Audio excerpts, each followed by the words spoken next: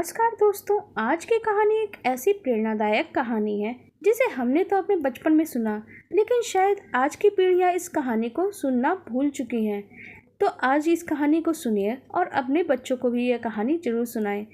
कहानी है सत्यवादी महाराज हरिश्चंद्र की। त्रिशंकु के पुत्र महाराज हरिश्चंद्र भगवती शाकंभरी के परम भक्त और अद्भुत सत्यवादी थे। एक बार वे शिकार खेलने के लिए जंगल में गए। वहां उन्हें विलाप करती हुई एक सुंदर स्त्री मिली। महाराज के द्वारा रोने का कारण पूछने पे उसने कहा, मैं विश्वामित्र के कारण अत्यंत दुखी हूँ। वे तपस्या कर रहे हैं। यदि आप मुझे सुखी करना चाहते हैं तो किसी उपाय से उन्हें तपस्या से विरत करने की कृपा करें। महाराज ने उन्हें आश्वस्त करके घर भेज दिया और विश्वामित्र मुनि को तपस्या करने से रोक दिया। महाराज हरिश्चंद्र की इस क्रिया से विश्वामित्र क्रोधित हो गए और वे तपस्या छोड़ के अपने स्थान को चले गए। अपने अपमान का बदला लेने के लिए उन्होंने भयंकर सूकर के रूप में एक दानव को हरिश्चंद्र के नगर में भेजा। उस भयानक सूकर ने नगर में पहुंच के महाराज के उपवन को उजाड़ डाला। महाराज हरिश्चंद्र ने उस भयंकर सूकर को मारने के लिए उसका पीछा किया।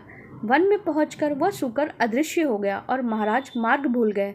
अचानक एक ब्राह्मण के वेश में विश्वामित्र प्रकट हुए और उन्होंने गांधर्वी माया से महाराज हरिश्चंद्र को मोहित कर लिया। उन्होंने एक कन्या और एक पुत्र के विवाह के बहाने अयोध्या का संपूर्ण राज्य महाराज हरिश्चंद्र से दान में ले लिया। दक्षिणा के लिए महाराज हरिश्चंद्र को काशी में पहुँच के पत्नी और स्वयं को बेच देना पड़ा। महारानी शैव्या एक ब्राह्मण की दासी बनी। बड़ी कठिनाई से उस ब्राह्मण ने उनके पुत्र रोहिताशु को साथ रखने की अनुमति प्रदान करी। महाराज हरिश्चंद्र ने अपने आप को चंडाल के हाथों बेचकर विश्वामित्र की दक्षिणा चुकाई। वे शमशान में शवदाह करने वाले से कर वसूला करते थे, किंतु विपत्ति यहीं समाप्त नहीं हुई। एक दिन ब्राह्मण की समिधा एकत्र करते लाते हुए रोहिताशु को सांप ने डस लिया। महारानी शैव्या के पुत्र की मृत्यु का समाचार सुन के शोक सागर में डूब गई। बहुत अनुनय विनय करने पे ब्राह्मण ने उन्हें घर का काम निपटाने के बाद रात्रि में पुत्र के अंत्योष्टि कर्म करने की अनुमति प्रदान करी। जिस समय वे अपने प्राण प्रिय पुत्र की लाश लिपट के विलाप कर रही थी, गांव वाले ने महारानी को बच्चे को खा जाने वाली डायन समझ लिया और उन्हें पकड़ के चंडाल के न्यायालय में प्रस्तुत कर दिया।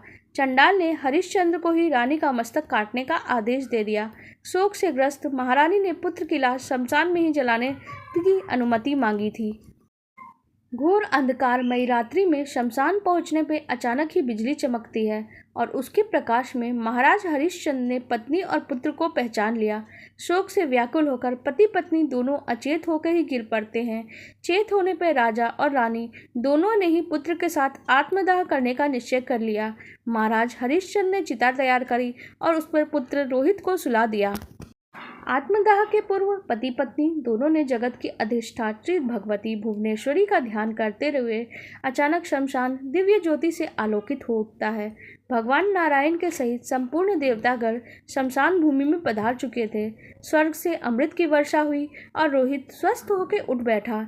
इंद्र ने कहा, महाराज, अब आप पत्नी सहित स्वर्ग को सुशोभित करें। यह सर्वोत्कृष्ट गति आपके कर्मों का फल है। पुण्यात्मा पुरुष ही उस पद के अधिकारी होते हैं। चंडाल ने कहा, राजन, आपने अपनी सेवा से मुझे संतुष्ट कर दिया है। अब आप स्वतंत्र हैं। हरिश्चंद्र ने देखा, उनका स्वामी चंडाल और कोई नहीं, साक्षात धर्मराज है। विश्वामित्र ने अयोध्या का राज्य महाराज हरिश्चंद्र को वापस कर दिया और कुमार रोहित का अयोध्या के राज्य पद पर अभिषेक हुआ। अंत में महाराज हरिश्चंद्र ने पत्नी और अयोध्या के प्रजा के साथ स्वर्ग के लिए प्रस्थान किया। आपको हमारी ये कहानी कैसी लगी, आप कमेंट सेक्शन में जरूर बताइएगा। साथ ही वीडियो को लाइक कर दीजिएगा और हमारे चैनल को सब्सक्राइब कर लीजिएगा। धन्यवाद।